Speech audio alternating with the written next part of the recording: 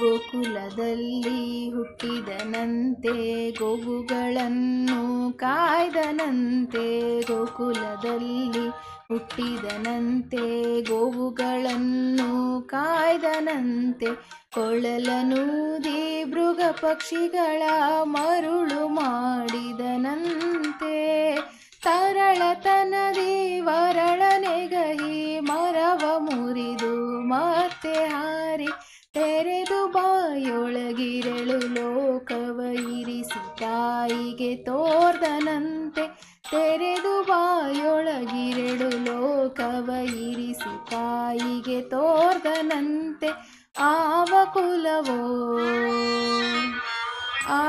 ಕುಲವೋ ರಂಗ ಅರಿಯಲಾಗದು. ಆವ ಕುಲವೋ ರಂಗ